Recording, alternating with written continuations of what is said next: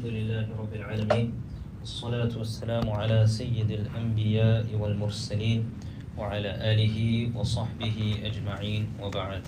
Assalamu alaikum wa rahmatullahi wa barakatuh. So, alhamdulillah, we've started Tafsir of Surah Al-Fatiha, and we began by mentioning the different names of Al-Fatiha. And as I have explained, there's many different names for something when it's very important. So Surah Al-Fatiha, every single Muslim at least should know Surah Al-Fatiha. New Muslims, they're learning. But Surah Al-Fatiha is something that no one is excused from, because you have to perform it, you have to recite it in Salah. So everyone has Surah Al-Fatiha memorized. And that's one of the names of Surah Al-Fatiha, the oft recurring 7 verses. So some of the names that we discussed and we explained them is Al-Fatiha, Al-Kitab, As-Sab'ul Mathani, Al-Hamd, As-Salah, Al-Shifa, Al-Ruqya, and that's where we stop. We mentioned 7 different names in our last dars. So we're going to continue, inshallah, with the various names of Surah Al-Fatiha. So he says here, it is narrated from Ibn Abbas that he has called Surah Al-Fatiha Asasul Quran, or the foundations of Quran. This is also a name of Surah Al-Fatiha. Suratu Asasil Quran, the surah of the foundations of Quran. And it's apparent why. And that is because the foundations of the Quran can be found in Surah Al-Fatiha. So Ibn Abbas, he says, فَأَسَاسُهَا بِسْمِ اللَّهِ الرَّحْمَنِ الرَّحِيمِ. The foundation of Surah Al-Fatiha is Bismillah ar-Rahman ar-Rahim. So Al-Fatiha summarizes the Quran, and Bismillah ar-Rahman ar-Rahim summarizes Al-Fatiha. And Sufyan ibn Uyayna, Tabi'i, he calls it Al-Wafiya. Wafiya means something that is expansive. Wafi is like a lot. It's enough. I don't want to use the word enough because there's another name. Yahya ibn Abi Kathir names it Kafiya. Kafi means sufficient. So Wafi, it is encompassing. Kafi, it's sufficient. Because Surah Al-Fatiha, what it gives you, other surahs cannot give you. What Surah Al-Fatiha gives you, you cannot replace with other surahs. However, other surahs can be replaced with the meanings that are found in Fatiha. It does cover what other surahs mention. And there's a mursal hadith, al-Quran iwadun min ghayriha wa laysa ghayruha iwadan anha. Al-Quran, the foundation of Quran, is in replacement for other than it, but nothing can replace it. So Fatiha, it holds the value of other surahs, but other surahs does not hold the value of Al-Fatiha. It is also called Suratul Salah, we already mentioned that, and Al-Kanz, the treasure. So Suratul Kanz, it is a surah which is a treasure.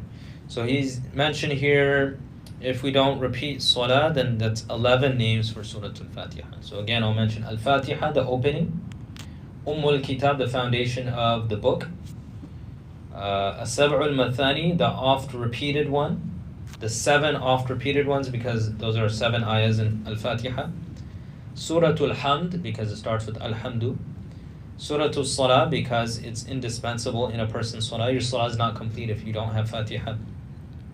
Suratul Shifa, the surah which is a cure. Suratul Ruqya, the surah which is a ruqya. Ruqya is like a type of medicine. And we talked about that narration. It's going to come again later on. Suratul Asasil Quran, what we mentioned today, the surah of the foundation of Quran. Suratul Wafiya, the surah which is enough. Suratul Kafiya, the surah which is sufficient. And Suratul Kanz, the treasure. So these are all different names of Fatiha, and the names explain it. Just like we have 99 names of Allah subhanahu wa ta'ala, there's actually more than 99. 99 is a phrase in Arabic, which means a lot. So it's not meant that there's only 99 names of Allah. There's more than that. In the hadith we have even more. But it means that these names are attributes of Allah subhanahu wa ta'ala, asma wa sifat. So these names of Fatiha are like attributes of Fatiha. Now moving on, is Surah Al-Fatiha a Makki surah or a Madani surah? What does Makki Madani mean? In Nabi Sallallahu Alaihi Wasallam's life as a messenger, we typically find in Sirah two major distinctions in his life. So you have the pre-Hijrah and post-Hijrah. Pre-Hijrah days of Nabi Sallallahu Alaihi Wasallam, about 13 years in Makkah. So that's called the Meccan life of Nabi Sallallahu Alaihi Wasallam. And then after the Hijrah is that demarcation, and that's where we start our calendar from, which was instituted in the time of Umar radiallahu anhu, I believe. And so after the Hijrah, you have the Madani life. So same thing, the ayahs that are revealed when Nabi Sallallahu Alaihi Wasallam is in the pre-Hijrah, those are called Makki ayahs or surahs. And those surahs and ayahs revealed after he did Hijrah, those called Madani. Now it doesn't even, these terms it's a, how do I say, in Arabic you would say it's a zamani issue, meaning it deals with time period. It's not place. So if someone says a surah is Makki, he's talking about time period. He's not talking about place. Why is this distinction necessary? Because Nabi Sallallahu Alaihi Wasallam did return back to Makkah after he went to Medina. So whatever was revealed to Nabi Sallallahu Alaihi Wasallam when he was in Makkah, Fath Makkah, that's after the Hijrah, it's still Madani. It's not Makki. And hypothetically, if Nabi Sallallahu Alaihi Wasallam visited Yathrib, as a child he did, but as a Nabi he didn't before the Hijrah. But hypothetically, had he gone to Medina before the Hijrah and something was revealed there, that would still be Makki. So it's a chronological issue. So when we say something is Makki, it means early da'wah of Nabi Sallallahu Alaihi Wasallam. When we say Madani, latter da'wah. And there's a great difference in the types of surahs and ayahs that we find. Right? There are different characteristics between a Makki surah and ayah versus a Madani surah and ayah. The reason for this is Allah subhanahu wa ta'ala developed deen. So the first things, when you're going to develop deen, when Allah subhanahu wa ta'ala, and we can learn a lot from Allah ta'ala's wisdom, infinite wisdom, that when deen was to be first established, the foundations are what? They're beliefs. It's not like stop doing, zina and drinking wine and all that. That came later. Stop drinking wine, that came later. That was in Medina. The foundations of Islam is not about what you shouldn't do. The foundations of Islam is your beliefs. That's the foundation. Such that there could be a very pious person. He doesn't drink, he doesn't engage in, lewdness, he's not immoral.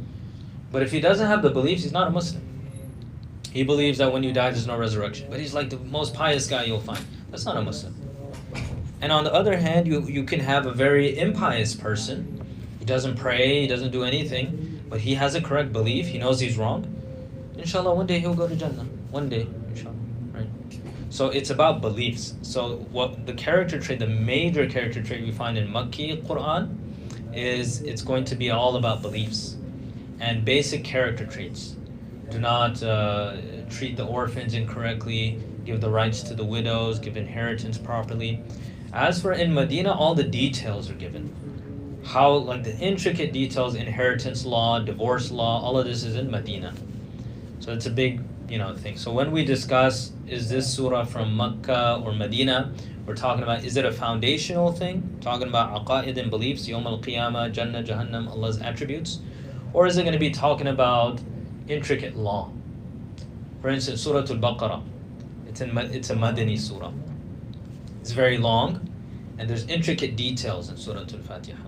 So you have ahkam of salah, how to face the qibla. All of these details are in salah, in Surah Al-Baqarah. You have the details of zakah. You have the details of sadaqah. You have the details of fasting. You have the details of hajj. You have the details of nikah. You have the details of contracts. All in Surah Al-Baqarah. So those are the character traits of a Madinan surah. As for a Makki surah, most of the 30 juz is from Makkah. So when you look at it, what is it talking about? Yawm al-Qiyamah, Jannah, Jahannam, Allah's forgiveness, character traits. Those are the foundations of Islam. So it's really unique it's really interesting and something that you and I should be aware of. And that's why in the Tafsir he's going to mention. So now, after all of that caveat, when should I stop at 10? 57 is when I started? Or should I stop at 57? I got a lot of time. I started at 57, so someone do the math for me. 10. I'm 10 minutes in. Okay, so at 13, inshallah, right? 13, I'll stop. So now the question is, Fatiha, is it Makki or Madani? Right? Judging by just the contents, we could kind of surmise that it's going to be Makki. Right? The contents. There's no details of like intricacies in there. It's basics. All praises to Allah. These are the foundations of Islam. Thank Allah. He is the owner of the universe. There's going to be a Yawm al-Qiyamah. We only worship Him. We do not want to follow those of the predecessors who have failed to please Allah. These are the foundations of Islam. So judging by contents, you can automatically tell that it's Makki. However, he's going to speak about that. So Ibn Kathir, rahimahullah, he says, Surah Fatiha is Makki. Ibn Abbas's opinion is this, as well as Qatada, Abu al-Aliyah, these are tabi'een. But Ibn Abbas's opinion is that it is Makki, or his knowledge is that it's Makki. Some people have said it is Madini, Madani. Some people have stated Fatiha is Madani. He says Abu Huraira, Mujahid, Atta ibn Yasar, Az-Zuhri, these scholars stated that it's from Medina. And some say that Fatiha was revealed twice. Once in Makkah, once in Medina. Maybe to reconcile between the two. So they saw Abu Huraira here, and then they see other Sahaba Ibn Abbas there. So they say, okay, maybe it was revealed twice. Allahu A'lam. And he says, Ibn Kathir says, the first opinion seems to be the most correct, that it's Makki. Now, he doesn't just say it like how we said it. We just looked at subject matter and decided. That's not the real way you tell. The true way you can tell something is Makki or Madani is either you have the narration to support it, like a hadith or a statement, or like we did, you kind of look at the signs and you take an educated guess. But you have to stipulate that this is an educated guess. But Ibn Kathir, he says, the verse, وَلَقَدْ آتَيْنَاكَ سَبَعًا مِنَ الْمَثَانِي. Indeed, we have given you the 7 oft-repeated ones. This is verse number 87 of Surah Al-Hijr. He says, due to this verse, we can assume that Fatiha is going to be Makki. Why? Because this ayah in Surah Al-Hijr, elsewhere in the Quran. Remember, we talked about Tafsir al-Quran bil-Quran. So another ayah in the Quran says, we have given you the 7 repeated verses in Surah Al-Hijr. And everyone agrees Surah Al-Hijr was revealed in Makkah. So now, if we take that ayah from Surah Al-Hijr, which is a Makki ayah, and Allah is talking about Fatiha there, then we can assume that Fatiha is also Makki. And so that's how he comes to that conclusion. He says, Wallahu a'lam, Allah knows best. It could be revealed twice.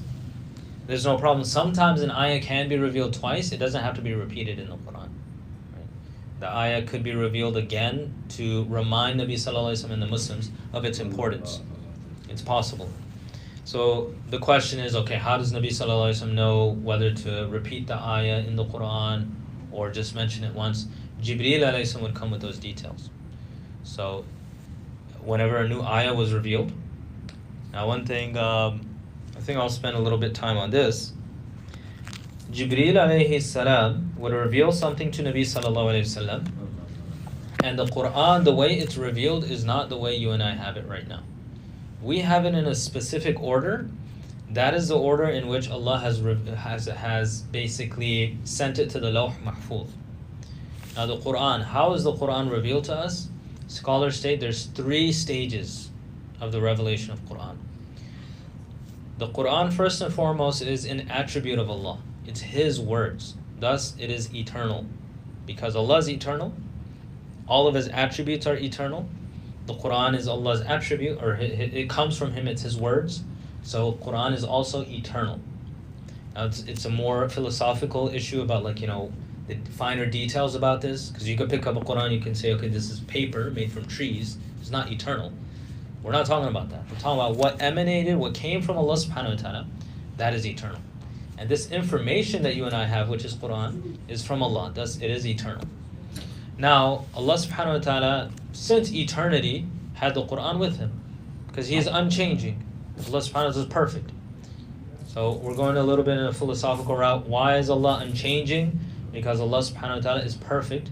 Perfection doesn't decrease or increase. It stays constant. So Allah is perfect. He never gets better nor worse. You can't. If you're perfect, you don't get worse. And if you're perfect, you can't get better. So he's at a constant state of perfection. So it's a more philosophical thing. But now, how did the Quran come to us? Scholars state that there's three what's called tanazzulat, or the revelations of Quran, coming down of the Quran. Initially, the Quran is with Allah before anything was created. When Allah subhanahu wa ta'ala created the first creations, the first creation was a qalam. In the hadith, Nabi sallallahu alayhi wa sallam says the first creation was a qalam and the lawhul mahfuz, the preserved tablet. Allah ta'ala told the qalam to write, and it wrote everything that would occur in dunya. So whatever we're talking about, whatever we're doing, the future, the past, all of that is written in the lawh mahfuz, what's going to happen in the dunya. So the Quran was also written in the lawh mahfuz because it's part of the dunya. So that's the first tanazzul, or the revelation of Quran. It came to al-lawh mahfuz immediately. The second revelation of Quran is to what's called the Baytul Izzah. This is, now scholars have, they take this idea from the statement of Ibn Abbas that he gets from Nabi sallallahu alaihi wasallam. Above the Kaaba, in like the seven heavens, there's another kind of like the Kaaba where the angels do tawaf. It's like the Kaaba, but it's like an angelic Kaaba, if you will. So Kaaba is for humans. There's another place where angels do tawaf. There's so many angels that they don't repeat. They do the tawaf, they're done, they'll never come back and do tawaf again. There's so many of them. Some scholars even have stated, I know I'm going over time, I apologize. Some scholars are very pious, so then I've heard this, one scholar talking about his son married this other scholar's daughter, so they're like, I don't know what, Hamzul is what they call it, right? So, or no, that's not it, right? There's another term for it. But like, it's his son's father-in-law. They're both scholars. So this person was saying that I remember you and I were holding hands and we were doing tawaf around the Baytul Izzah. Allah can give you that, unveiling based off of your taqwa. You may see something in the past, Allahu A'lam. So anyway, angels do tawaf around there. So the Quran was revealed to the Baytul Izzah on Laylatul Qadr. Comes from the Baytul Izzah. Or I'm sorry, the Quran was revealed from the Lawh Mahfuz to the Baytul Izzah when Nabi sallallahu alaihi wasallam became a Nabi, or when he was about to receive the revelation. It comes down to the Baytul Izzah. That's preparation to come to Nabi sallallahu alaihi wasallam. Then on Laylatul Qadr from the Baytul Izzah, Jibreel alayhi salam brought it down to Nabi sallallahu alaihi wasallam, portion by portion. So the Quran has been revealed in full twice, from the Lawh Mahfuz to the Baytul Izzah, and then from there Jibreel alayhi salam would bring it portion by portion to Nabi sallallahu alaihi wasallam. And the order in which Jibreel alayhi salam brought it to Nabi sallallahu alaihi wasallam is not the order in which you recite the Quran. It's a different order. The first revelation, Iqra bismi rabbika alladhi khalaq, is in the 30th juz, and Surah Al-Baqarah is revealed in Medina, so it's not chronological. But inshallah, I'll talk about this a little bit tomorrow, inshallah, in more detail, because we ran out of time, inshallah. So we'll pause here. Wa sallallahu tabarak ta'ala ala khayri khalqi Muhammad wa ala alihi wa sahbihi ajma'in. Rahmatika ya arhamar rahimin. Assalamu alaikum. Inshallah, we'll have our Arba'in program after the remaining salah.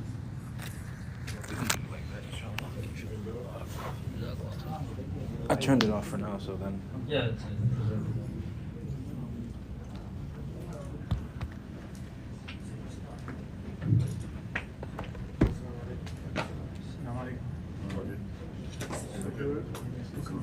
Yeah, there's 7 people right now. We need one. What about what's up? Yeah, he gave me 3 people. Is that okay?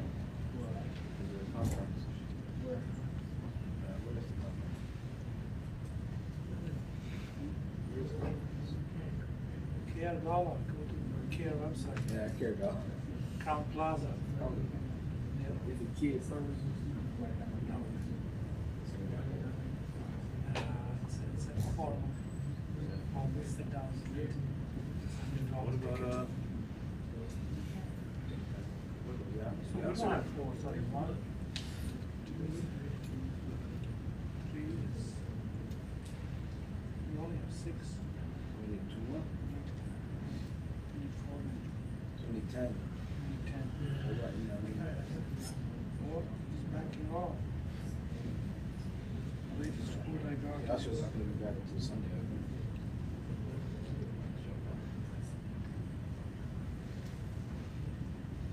Oh yeah, 3 plus 4. 723 now.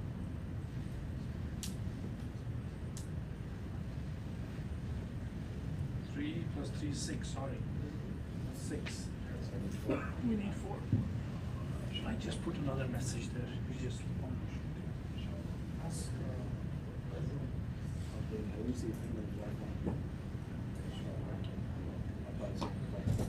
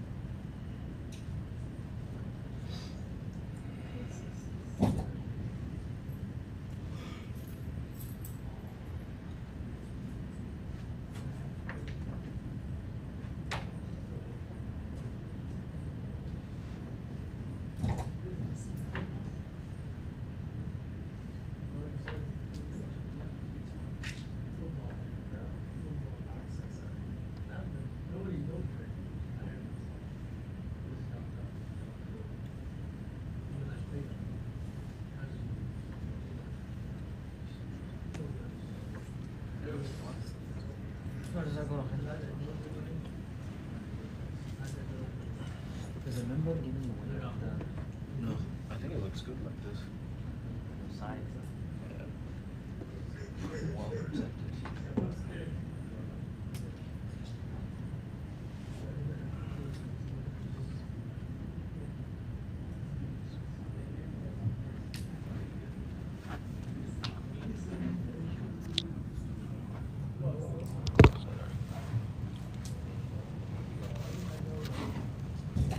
بسم الله الرحمن الرحيم الحمد لله رب العالمين والصلاة والسلام على سيد الأنبياء والمرسلين وعلى آله وصحبه أجمعين اللهم صل على سيدنا ومولانا محمد وعلى آل سيدنا ومولانا محمد وبارك وسلم أما بعد السلام عليكم ورحمة الله وبركاته.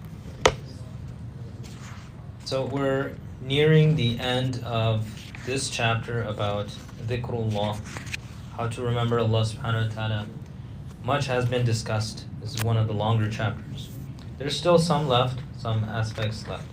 So he's going to be answering some objections, some questions that could, pop up, and then he'll be giving some recommendations, and then we're done with this chapter. So, starting from where we left off, he says, فَإِن قُلْتَ فَقَدْ عَظَّمْتَ أَمْرَ الذِّكْرِ فَهُوَ أَفْضَلُ أَمْ قِرَاءَةُ الْقُرْآنِ. Question that might come up. The sa'il, the questioner, states that you have basically really spoke in detail about dhikr. You mentioned a lot about dhikr. You stated how important it is. You've made it a big thing. So the question comes to mind: is this better or qira'atul Quran, recitation of Quran?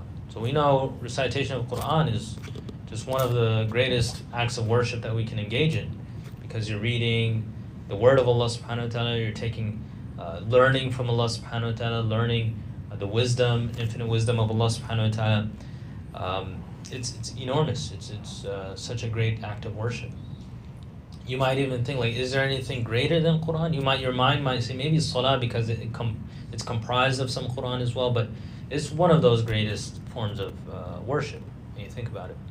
So Imam al-Ghazali spoke so much about dhikr. The questioner says that, now I'm confused. Is qira'ah, recitation of Quran, greater or dhikr greater?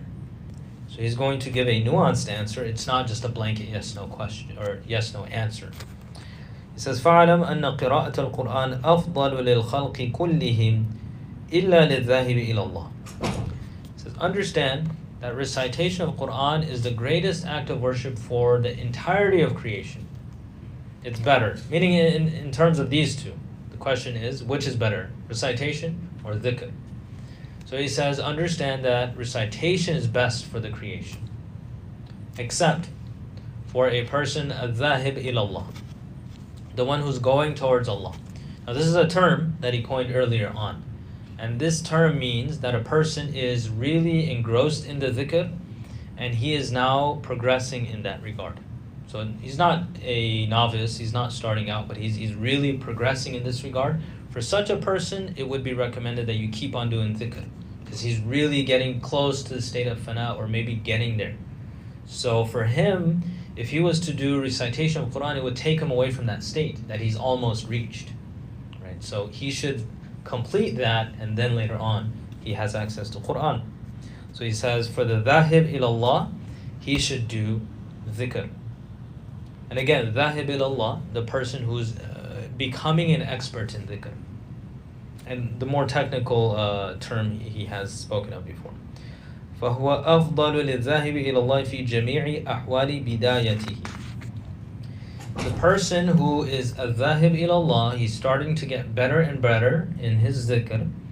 He says in all of the states that he is witnessing, dhikr is going to be better for him. He should just engage in dhikr, do more and more dhikr, hours and hours, whatever he can do. وَفِي بَعْضِ أَحْوَالِهِ فِي نِهَايَتِهِ. And even when he becomes a great expert, in some of those stages, when he's reached expertise in dhikr, there are times where the dhikr is going to be better than qira'ah.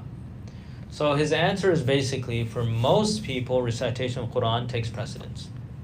But there are a few instances in which dhikr is going to be better. فإن القرآن هو المشتمل على صنوف المعارف والأحوال والإرشاد إلى الطريق. The Quran is comprised of so many different types of knowledge, things that you can attain that will help you in your journey to please Allah subhanahu wa ta'ala. So the Quran is kafi, there's plenty in there. فما دام العبد مفتقرا إلى تهذيب الأخلاق وتحصيل المعارف فالقرآن أولى به. As long as a person requires knowledge, they need to learn etiquette, they need to learn the contents of Quran, they still have not really understood Quran so much, he says Quran is better for that person. Right? For you and I, we still have so much longer to go in Quran. He says Quran is going to be better for that person. فإن جاوز ذلك واستولى الذكر على قلبه. However, if this person, he no longer needs all of that, he has the etiquette that can be found in the Quran, he is putting many things into practice that you can find in the Quran, and this person is such that dhikr is starting to overtake his heart, meaning when he does the dhikr, he's just really engrossed in it and no other thought starts to come into his mind. بحيث يرتجى له أن يفضي به ذلك إلى الاستغراق, such that you feel like he's about to get into engrossment in the dhikr. So basically, a higher level, intermediate, right, in dhikr. فمداومة الذكر أولى به. Then continuation in the dhikr is going to be better for such a person. It's better that he does dhikr. فإن القرآن يجاذب خاطره ويسرح به في رياض الجنة. Why is this the situation? Why is the dhikr better for this person? He's saying this person is going to go into a state of fana, like he's about to reach it.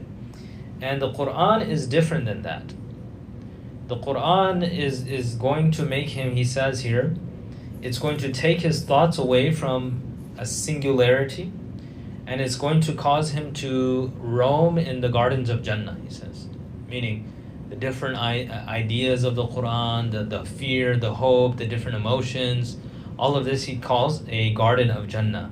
So it's going to take him and put him in that garden of Jannah, but that's not where he wants to go at this moment. والمريد الذاهب إلى الله تعالى لا ينبغي أن يلتفت إلى الجنة ورياضها. The person who wants to be engrossed in Allah, it's not appropriate for him to go to the gardens of Jannah. He's speaking allegorically. So the Quran is such that it will make you go to the gardens of Jannah and enjoy, like take a walk in the garden of Jannah. You see different flowers and beautiful things in the Quran. But if this person is only seeking Allah and not even Jannah, then the Quran is going to distract his attention from that. So he needs to stay with dhikr, which will take him directly to only Allah subhanahu wa ta'ala. Now this in no way means that the Quran is contradictory to all of this. These are different things that Allah subhanahu wa ta'ala has given us. So you need to learn how to balance it. But he's just talking about different states. When a person is very close to something, for instance, it's exam time. This person is about to get their degree. So, do they come for all 5 salahs to the masjid that they're used to doing, and then it'll take away maybe 2 hours of their day that they could have given to exam time? We would say try to come as much as possible, but put a lot of focus on your exams. So if we don't see him, for a few salahs, he comes for Jummah, he comes for the main events, then it's understandable, right? But if he does it forever, then that's another story. So in that period of time, he needs to go and put his focus in that, right? Let's say he has a schedule, he likes to exercise, he likes to spend time with family. He's going to have to disrupt his schedule a little bit so he can reach his goal. Then he goes back to equilibrium, normal status. So he's talking about the same thing here. A person engaged in dhikr, if they're just about to reach that state, let them continue that. فَلْيَنْبَغِي أَنْ يَجْعَلَ هَمَّهُ هَمًّا وَاحِدًا. So the difference between Quran and dhikr is dhikr ultimately leads you to one thing. And Quran it has multitudes of different knowledges that you gain. So if you're going the path of dhikr, then Quran is going to distract you for a moment. Doesn't mean forever you don't ever touch Quran again. For that moment in time, you focus on the dhikr. وَذِكْرَهُ ذِكْرًا وَاحِدًا, or وَذِكْرَهُ ذِكْرًا وَاحِدًا. His dhikr is one, and that's Allah. When you and I do dhikr, we're only trying to achieve Allah subhanahu wa ta'ala. Right? In dhikr, whatever the dhikr is, he's going to talk about it in more detail. It leads to the same thing.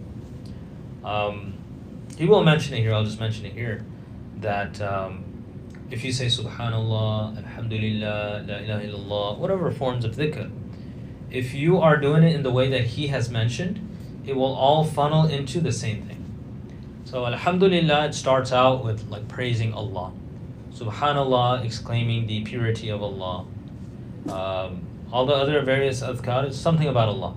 But when you go into the different layers of dhikr, when you get to fana, then you're not even thinking about praise of Allah. You can't think of more than one thing at a time.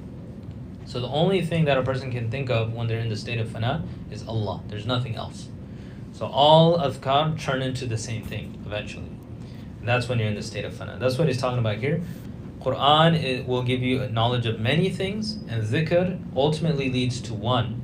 So it will distract a person. You have to kind of choose which one you want at that time. حتى يدرك درجة الفناء والاستغراق. So he should stay with that one thought until he reaches the state of fana. ولذلك قال الله عز وجل ولذكر الله أكبر. Allah in the Quran, he says, the dhikr of Allah is the greatest of all things. وكذلك من ينتهي إلى درجة الاستغراق ولا يدوم ولا يثبت عليه فإذا رد إلى نفسه فقد تنفعه تلاوة القرآن وهذه حالة نادرة عزيزة كالكبريت الأحمر يتحدث به ولا يوجد. He talks about a rare situation here. He says a person who he gets to the level of fana, it doesn't last very long, he comes back to normal. When he comes back to normal, he can read Quran after that. He says this is a very, very rare scenario. He says, "Kal-kibrit al-ahmar," like red sulfur. It was like, something that was used in alchemy a long time ago. This is a rare thing, like the philosopher's stone or something. He says, people usually don't have that state. Anyway, this is his answer. So he says, again, summarizing the answer. The question was, which is better, dhikr or Quran? فَتَكُونُ تِلَاوَةُ الْقُرْآنِ أَفْضَلَ مُطْلَقًا. The citation of Quran is going to be in general better than dhikr. So for the masses, 99.9% people, recitation is better than dhikr. So if you can recite Quran, so you have a limited amount of time. Do I recite Quran in the proper manner or do I do dhikr in this manner? So he says, recite Quran. Unless you have reached a state where you're about to get to the high stages of dhikr, then just focus on that, get that state, and then you can recite after that. إلا في حال من شغله المتكلم عن الكلام. The only exception is a person who he is engrossed in the speaker instead of the speech. Quran is the speech of Allah. So if a person is engrossed in the speaker, who is Allah, then for him the zikr is better because he's not worried about the speech now. He's worried about Allah subhanahu wa ta'ala. إذ لباب القرآن معرفة المتكلم بالقرآن. The purpose of Quran is to get you to know the speaker. That's the ultimate goal of Quran, to get you to know the speaker of the Quran. And all the other ahkam, rulings, these are wisdoms that it ultimately brings you towards Allah. If anyone ponders over the rulings of Islam, it will lead them towards Allah because it's divine. So he says the ultimate purpose is hidayah, and hidayah is Allah. Right? He is al-hadi, the one who gives hidayah. So he says the ultimate purpose of Quran is Allah as well. And if you can get to Allah without even reciting the Quran, then you've gotten the goal of Quran without using Quran. وَمَعْرِفَةُ جَمَالِهِ وَالْإِسْتِغْرَاقُ بِهِ. The purpose of Quran is to know the beauty of Allah and to be engrossed in the beauty of Allah. وَالْقُرْآنُ سَائِقٌ إِلَيْهِ وَهَادٍ نَحْوَهُ. Quran takes you towards that. So the goal of Quran, this is a very unique statement, I haven't really heard it elsewhere, that the goal of Quran is for you to get to Allah subhanahu wa ta'ala. So it gets you to understand who Allah is, and then you please Him. I mean, the way he put it is unique. وَمَنْ أَشْرَفَ عَلَى الْمَقْصِدِ لَمْ يَلْتَفِتْ إِلَى الطَّرِيقِ. If a person has reached the goal, or he is about to reach the goal, he doesn't care which pathway he takes. So what does this mean? He's saying you can reach Allah subhanahu wa ta'ala through many avenues. One is Quran, one is dhikr. So if you're about to reach Allah subhanahu wa ta'ala through dhikr, and you're thinking maybe I should read Quran now, you'll start over in your pathway because you didn't spend so much time in getting to Allah through Quran. So it's like you're going backward and then you're starting on another road. So let's say two roads lead to one place. You started on one road, you almost got to the destination, you're like, wait, let me go back and let me take that road. So now you're going to start the whole journey again. Just finish. And then you can recite after that. So that is one question that he answered. I don't know if I should start on the next question. What do you guys think? Should I spend some more time? Because, okay. So now, a recommendation, a dhikr recommendation. So the questioner, Imam Ghazali is making up his own questions, but this is the habit of authors. They say, if someone says, then we'll answer question QA format. So now apparently he's won over the person. In the beginning of the chapter, he's like, okay, don't think bad about these people. You need to, it's possible. You should accept it. And now it seems like he's won over the person, because now he's asking, okay, what type of dhikr do I do, Imam Ghazali? فَإِن قُلْتَ فَأَيُّ الْأَذْكَارِ أَفْضَلِ. Question: which dhikr is the greatest then? I'm interested. I want to get involved. What do I do dhikr of? فَعَلَمْ أَنَّ الْأَفْضَلِ كَمَا ذَكَرْنَاهُ إِسْتِلَاءُ الْمَذْكُورِ عَلَى الْقَلْبِ. He says, understand the best type of dhikr. So the questioner is saying, what should I say? So he says, forget about that. The best dhikr is the stage 4, where the dhikr overwhelms the heart. That is the best dhikr. وَهُوَ شَيْءٌ وَاحِدٌ لَا كَثْرَةَ فِيهِ حَتَّى تَخْتَارَ أَفْضَلَهُ. It's all one thing. All adhkar that we have in Islam leads you towards the same thing, and that is when you're engrossed in Allah subhanahu wa ta'ala, that's the outcome. So he says, there is no multitudes in the dhikr in reality. That's from his perspective, very advanced perspective. He says there's no multitudes in dhikr. All dhikr is the same thing, it's Allah. So when you're in that deep state, that's the best. But he sympathizes with us and he says, okay, I know what you're seeking. You're seeking some type of phrase. وَذَلِكَ عَيْنُ الْجَمْعِ وَالتَّوْحِيدِ. So he says, one thing, that high state of dhikr of Allah, that is the state of togetherness and true tawheed. He called it earlier. He said true tawheed is when you're in that state where nothing else exists to you but Allah. وَإِنَّمَا التَّفْرِقَةُ وَالْكَثْرَةُ قَبْلَ ذَلِكَ. He says before you get to that final stage, stage 4 that he mentioned earlier, there is multitudes. So there are different phrases that we use. We say Alhamdulillah, Subhanallah, Allahu Akbar, Subhanallah wa bihamdi, Subhanallah al-Azim. There's so many types of adhkar. Just open up Riyadh al-Salihin, open up these different kitabs. You have the hadith Nabi sallallahu alaihi wasallam himself recommending. So he says, ultimately it's one thing, but I understand what you're trying to say, so I will share with you a type of dhikr that I think is going to be good for you.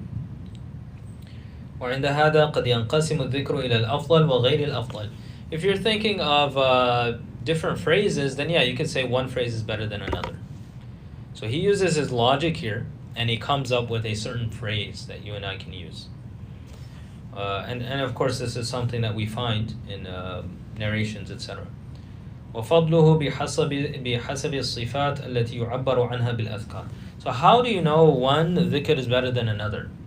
He says some adhkar are better than others. And we can see this. What is the proof of this? Is Imam Ghazali pulling this out of his pocket? There's a hadith where one of the Azwaj Mutahharat, I forget which one, she was doing some adhkar after Salatul Fajr. She was engaged, she sat in her musalla, she was doing some adhkar. It shows you how much adhkar the Sahaba used to do. We don't see this aspect of Sahaba. The wives of Nabi Sallallahu Alaihi Wasallam were engrossed in the dhikr. So Rasulullah Sallallahu Alaihi Wasallam went to the masjid, Salatul Fajr. He would, after Fajr, talk to the Sahaba who had a dream interpretations, teach Sahaba. He came back like midday, like noon, 6 hours, right? And he sees her in her musalla, where she was sitting at Fajr time. So he says to her, have you been sitting here all this? So Nabi Sallallahu Alaihi Wasallam said that, shouldn't I tell you of a dhikr that is better than all of the dhikr that you've done? If you say these words that I'm going to give you, it's better than all of the dhikr that you've done. And so she was really interested. Wow, I could do a lot more in less time. So then he shared the dhikr with her. Now, You're probably wondering what that is. I myself forgot. You're going to have to open up the books. عدد خلقي ورضا نفسي وزنة عرشي ومداد كلمات. Right? So I forgot the exact hadith, but that's the phrase. So and it's very beautiful because it's like a cheat code. Subhanallah in the amount of his creation. So if you say Subhanallah once, you just once. Subhanallah times the amount of your creation. So that's like already billions. وَمِدَادَ كَلِمَاتِ as much as the ink of your words. وَزِنَةَ عَرْشِ the weight of the arsh, which encompasses the entire universe. The weight of that. So it's just the phrase is very beloved to Allah. So it trumped everything that she had done. So thus, some adhkar are more valuable than others, right? So this concept shouldn't be like, oh, he's done bid'ah here. It's in the hadith. So he is going to go into that, inshallah. Next time I'll talk about this because he has this whole logical breakdown why he came up with his phrase. Right? I'll give you the phrase right now. He says, among the best would be, La ilaha illallah al-hayyul qayyum. La ilaha illallah al-hayyul qayyum. Nothing new. He didn't start something, it sounded like, oh, Imam Ghazali is about to do some bid'ah here. No. La ilaha illallah al-hayyul qayyum. Nothing that you haven't heard before. But he's going to explain why it's such a powerful dhikr. He goes into the logic behind it, the understanding, and it's actually very powerful when you think about it the way he's about to mention. So we'll do that next time. Basically, we're going to talk about which dhikr he recommends. But ultimately, as he has mentioned, it doesn't really matter. The focus is what matters. The quality is what we're looking after. Quantity and phrase, not ultimately necessary to get to that state. So we ask Allah subhanahu wa ta'ala for tawfiq, and that is something that we can see in all acts of worship. Islam is not about just quantity, because it could all be rejected. But that quality is what Allah subhanahu wa ta'ala wants. Ikhlas, that's all ikhlas is, quality. So once we have quality in our lives, very little is enough. As the hadith states, أخلص دينك يكفيك العمل القليل. Have ikhlas in your religion, a small amount of actions will be enough for you. That's why some of the Sahaba just 5 times salah, fasting in Ramadan, but they're going to be in Jannatul Firdaus. And we're here tiring ourselves out, and we don't even know if 2 rakahs were accepted. SubhanAllah. It's the quality. So we ask Allah Ta'ala for that and His pleasure. Wa sallallahu tabarak wa ta'ala ala khayri khalqi Muhammad wa ala alihi wa sahbihi ajma'in bi rahmatika ya arhamar rahimin. Assalamu alaikum wa rahmatullahi. So is this the zikr? Is it Ism Azam or? Yeah, so he's going to mention that also, that in a hadith, Nabi Sallallahu Alaihi Wasallam does mention that he gives a clue towards Al-Ism Al-Azam, and the clue is it's like a kind of an easy clue. It's whatever is in Ayatul Kursi and the beginning of Surah Al-Imran, and that's the same. Yeah. Allah la ilaha illa huwa al-hayyul qayyum. So it's basically, but he breaks it down and like shows you why it's so valuable. But it is Al-Ism Al-Azam. It's in there. It's either Allah, Al-Hayy, or Al-Qayyum, or all of it. Yeah, all of it. But some scholars say that true Al-Ism Al-Azam is the yaqeen that goes with it. So anything that we do with intention or with not being oblivious,